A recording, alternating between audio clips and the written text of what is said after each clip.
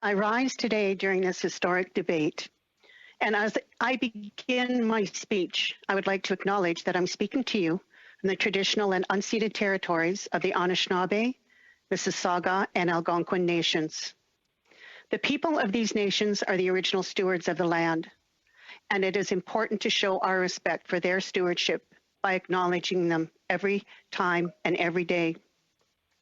We are gathered here today to carry out what is at the core of our responsibility as senators, to act as a chamber of sober second thought, and to bring the voices of those who are not heard or represented in government decision-making to the forefront. I support the government's decision to take these unprecedented steps and implement the Emergencies Act.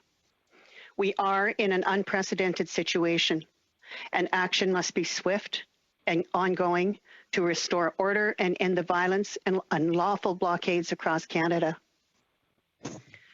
While I support this decision, I also support the great hesitation which was shown before enacting these powers. And in that light, I caution this government and future governments about potential use of this act in the years to come, invoking powers that were held to be a last resort by the government, and it must always be that way. Freedom of speech and freedom of assembly are critical rights. They must always be upheld and defended in this country. But what we have seen over the last weeks is not this, and these actions must come to a complete stop. Honourable Senators, I would be remiss if I did not take this opportunity to acknowledge and shine a light on what is an undisputed fact in this country and across the world. The fact that Indigenous, Black, other people of color, and 2 SLGBTQ+ peoples are disproportionately targeted by law. They are also significantly more likely to have negative interactions with law enforcement, likely involving violence, and in the most tragic circumstances, death. And these are cold, hard truths. It is critical that at any time we have discussions around law enforcement matters, we must take the time to bring these perspectives into the conversation. There must be strong oversight to ensure a clear and concise anti-biased approach is considered and implemented during the use of these powers.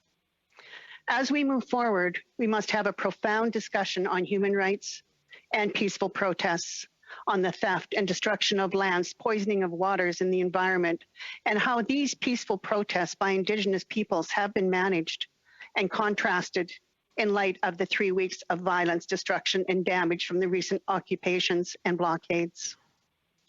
The blatant difference is horrifying and shocking. Within the Emergencies Act exists the provision for the Parliamentary Review Committee, which will examine the use of these powers after the fact.